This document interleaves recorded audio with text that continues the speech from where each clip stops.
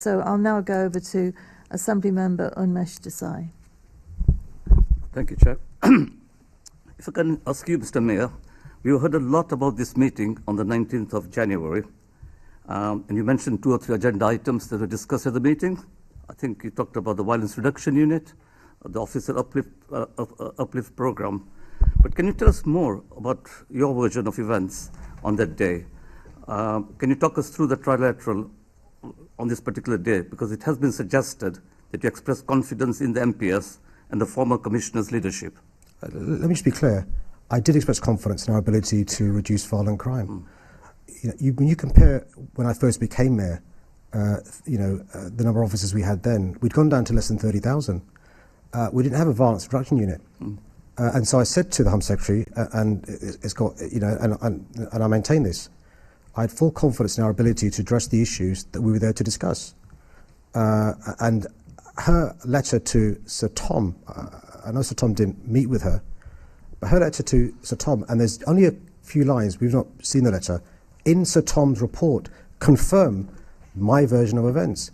The foundations for the next year, I had full confidence in.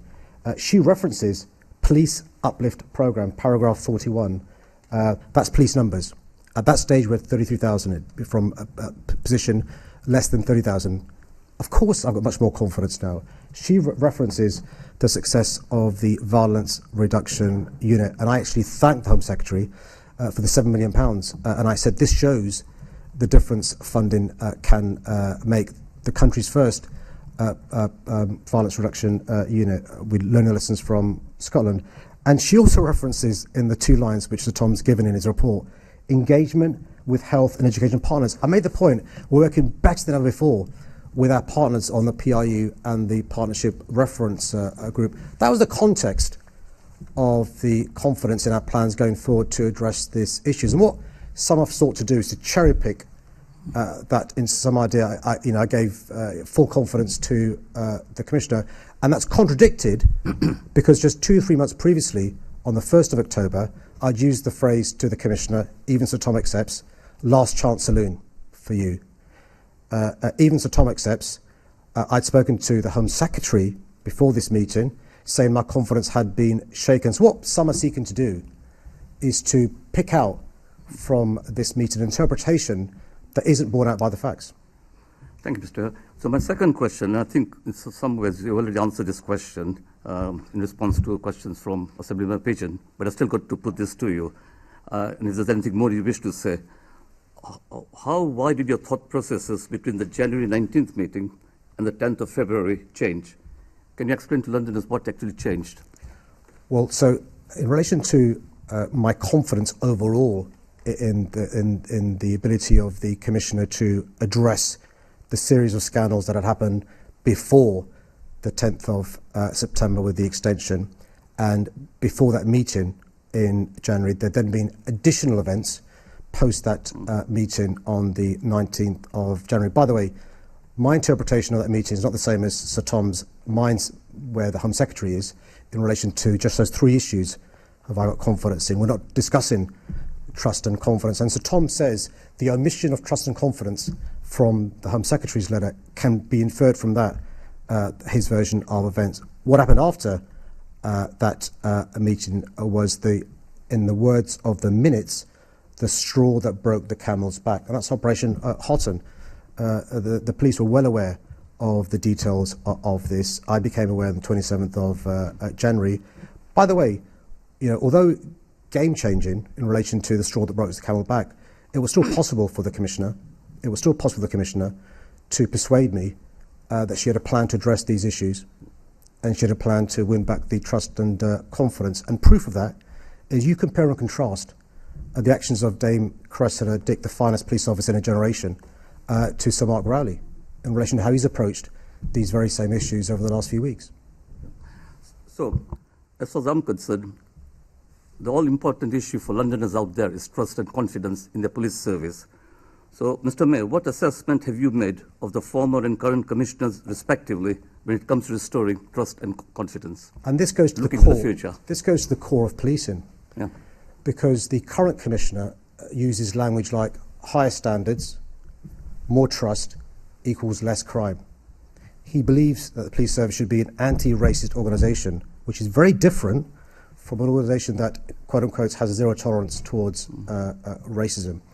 I've been at some of the meetings that Sir Mark's been at in relation to his views on addressing these issues, whether it's Charles Q, whether it's Bieber and Nicole, whether it's Sarah Everard, whether it's the Morgan family, whether the 4 victims of Stephen Port, whether it's Bianca Williams. They all deserve a Met Police leadership that understands, that goes to policing by consent, dealing with these issues and having a plan to address them. And to his credit, Sir Mark Rowley, I would say, is not in a self-denial mode and accept that there are institutional problems within the Met. So my final question, Chair, is to Sir Windsor. So, Sir Windsor, I'm aware of what you said on page 64, paragraph 220 in your report regarding the departure of the former Commissioner Ian Blair. However, I nonetheless would like to ask you, in this meeting, didn't you think that looking at the resignation of the former Commissioner before the end of his contract and without formal process being involved would have been relevant for your investigation? It would have been helpful, in my opinion, for this committee to understand the differences between the approach of a previous mayor and the current one. Mr. Johnson, when he was Mayor of London, did not act in accordance with due process in relation to Sir Ian Blair either. And I make that point in my report. 2 wrongs don't make a right. Thank you. And that is in the report. I'm sure you've read it, Assembly Member. We're now going to come to Assembly Member Russell. Thank you, Chair. So I want to start just going back to the issue of feedback on the plan. And paragraphs 90 and 91 show that actually there was some feedback on the plan. Both drafts were sent to the MOPAC CEO during the course of the morning for MOPAC's comment and feedback. Chief of Corporate Services sent a message to follow up, request substantive feedback before calling around a corporate sent to show that actually there was some feedback on the plan. Both drafts were sent to the MOPAC CEO during the course of the morning for MOPAC's comment and feedback. Chief of Corporate Services sent a message to follow up, request substantive feedback before calling around 11. During that call, the MOPAC CEO stated that the all-staff message was good. She had not had time to consider the plan carefully, but thought it was too long and would require more external focus, such as a campaign or listening exercise led personally by the Commissioner. Now, there was also, in paragraph 91, the MOPAC CEO also noted the draft plan contained nothing about communication of the outcomes of Baroness Casey's review. She said it was a red line item for the Mayor that the Casey review should report to him directly, even though the Commissioner had established the Casey review on the basis that it would report only to the Commissioner. MOPAC emphasised that the red line was that the review should report to the Mayor in addition to the Commissioner. Now, those are some very clear pieces of feedback. So Tom, I'd just like your response to those in relation to the comments about there not being enough feedback, and then I've got a question for the Mayor as well on this issue. I didn't say there was no feedback. I was saying that the material feedback came far too late, indeed on the 10th of February, which was the day the Commissioner indicated that her intention to resign. Thank you. Mr. Mayor, do you think that you or MOPAC should have given more detailed feedback on the Commissioner's plan any earlier? Well, the Deputy Mayor tried to the day after our meeting. So on the 2nd of February, I met with the Commissioner. On the 3rd of February, the Deputy Mayor met with the Commissioner, and even in Sir Tom's report, he gives some reference to this, paragraph 84, where the Deputy Mayor wanted to not deal with the tabled items in the agenda, 3rd of February meeting, and deal with the issue of trust confidence. The Dame Cressida dismissed that idea, spent 5 minutes talking about it. So what was the Deputy Mayor supposed to do? She's raised proactively the issue of wanting to discuss these issues. So Tom's critical about the length of the day. Well, I'm not being funny. The 3rd of February is one day after the 2nd of February. Again, an example of facts being ignored.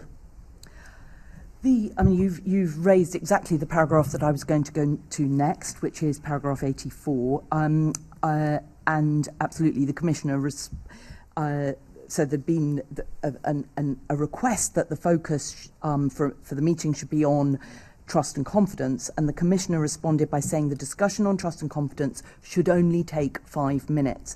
Now, the issue of trust and confidence is absolutely key to the confidence in the Commissioner, both from the Mayor but also from Londoners, because the Mayor mentioned earlier the response of Londoners to this litany, this constant extra revelations of bad things that had been happening in the Metropolitan Police.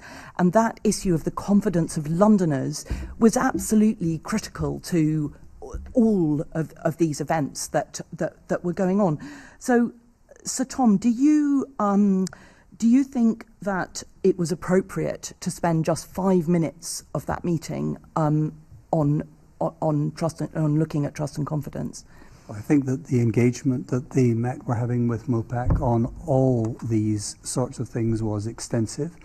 I expressed no opinion as to whether or not the Commissioner was right to say, I just want to spend a few minutes on this.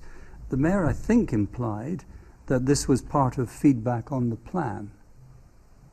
But this was the 3rd of February. The plan wasn't produced until the 4th of February. So there couldn't be any feedback on the plan if the plan hadn't been sent over.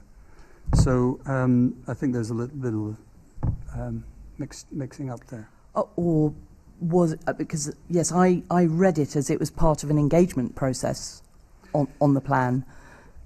I have no doubt that the Met took very seriously the matters that the Mayor and his staff were very concerned about.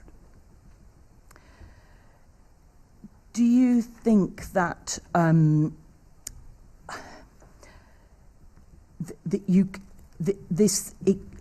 it could be read, the suggestion of only spending 5 minutes on the issue of trust and confidence in this discussion, that the former Commissioner didn't see the extent of the issue with trust and confidence in terms of how Londoners were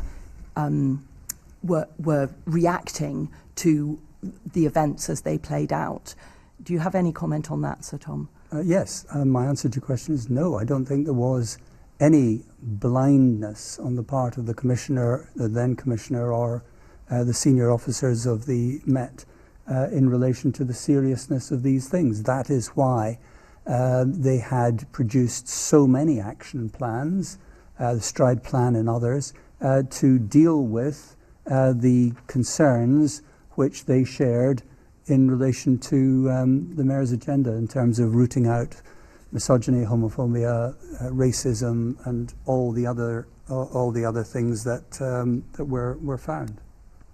Thank you. Mr. Mayor, do you want to add anything on that point? Yes. The plan that the then Commissioner, Dame Cressida, came up with on the 4th of February was simply not good enough for the scale of the challenge facing our police service. Trust and confidence at rock bottom, trust and confidence plummeting over the last couple of years, and the former Commissioner thinking 5 minutes is adequate to discuss these issues, which would have been a really useful meeting for her to use that time in advance of the draft plan she sent to me on Friday the 4th of February.